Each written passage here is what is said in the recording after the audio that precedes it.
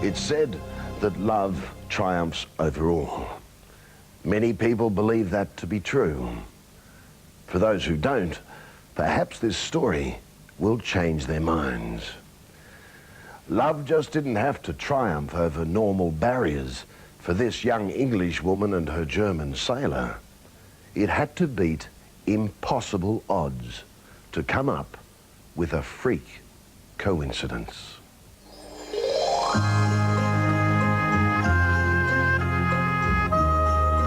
It's 1977, a typical Christmas day in England, cold and bleak. But in one Bristol house, there's warmth, excitement, and romance. On this day, the lives of Joy Ames and Hans Eelgood are about to be transformed in a fairy tale fashion. It's a story of lovers separated by the sea, a reunion, and a tiny band of gold. A story that began 6 months earlier, in June 1977. My friend and I were sitting in my lounge drinking coffee, and we suddenly heard an announcement on the radio that a fleet of German ships were coming into Bristol docks, and how would you girls out there like to invite some of these hunky fellas home for lunch and show them some good old English hospitality. And we both looked at one another and giggled and thought, wow, that sounds really good. How about it? Those sailors were headed for Bristol. It was to be the first goodwill visit to England by the German Navy since the end of World War II. On board one of the patrol boats was young Hans Eelgood, who shot this 8mm film. He and his shipmates were looking forward to their stay in Bristol. They'd help bury the wounds of war. They'd meet the English as friends, not enemies. When the German fleet reached Bristol, Joy Ames was on the docks to welcome the sailors, and there was something about one of them that caught her attention. His big basset hound eyes. There's something about him that I just, wanted to take him home with me. That sailor was Hans Eelgood, and take him home she did. At that stage, just for dinner and a drink. I didn't know if she was involved with somebody, and I really fancied her. She was nice looking, and I was really drawn to her, and I thought I have to see her again. I picked up the phone after 2 days, and this fella kept saying, I come, and I said, well, who's coming? And of course, whoever was on the end of the phone couldn't tell me who he was.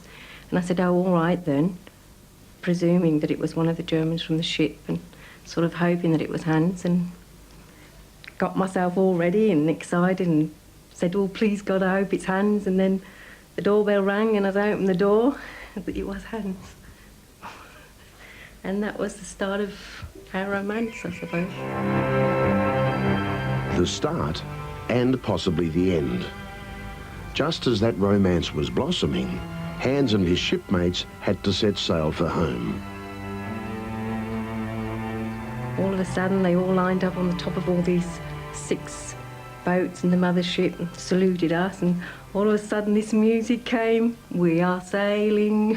Oh, and everybody, when you looked around, everybody was crying, and I just sort of bowed my head and couldn't look anymore as they all went off down through the docks and out into the channel.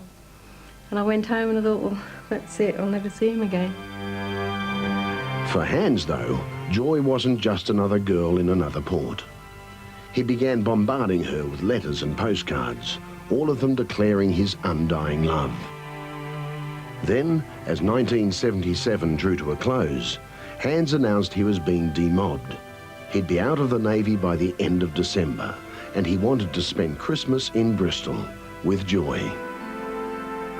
I didn't earn very much, and when I heard that Hans was coming to stay for Christmas, I was very worried, because I had enough money for us to eat generally, but I hadn't got enough money for special food, turkey and ham and that type of thing. And of course I wanted to buy him a little present as well.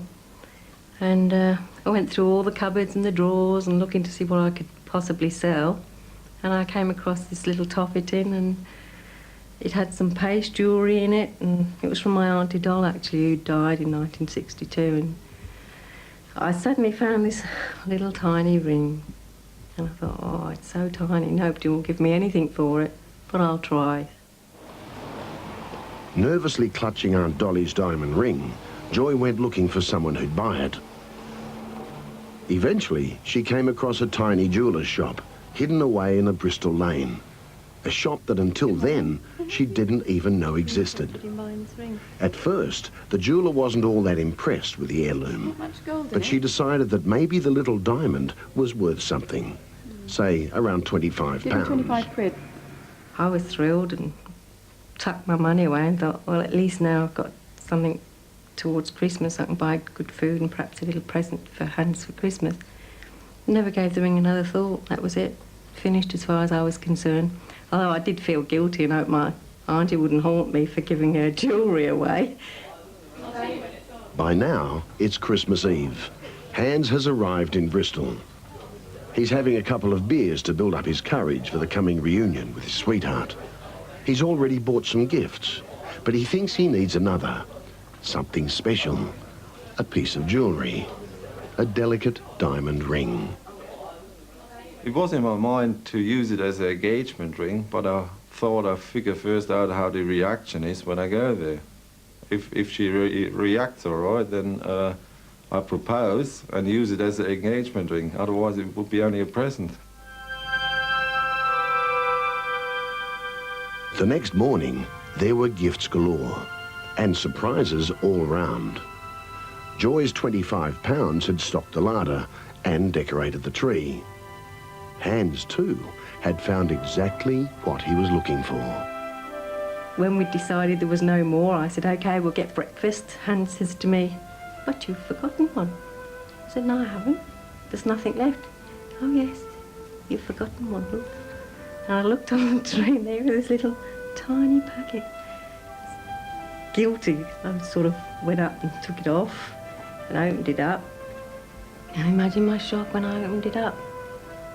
And instead of being happy and saying thank you, I opened it up and there was my ring. And I just looked at him and I said, where the hell did you get that ring from? You guessed it. Hans had got it from a tiny jeweller's shop hidden away in a Bristol lane.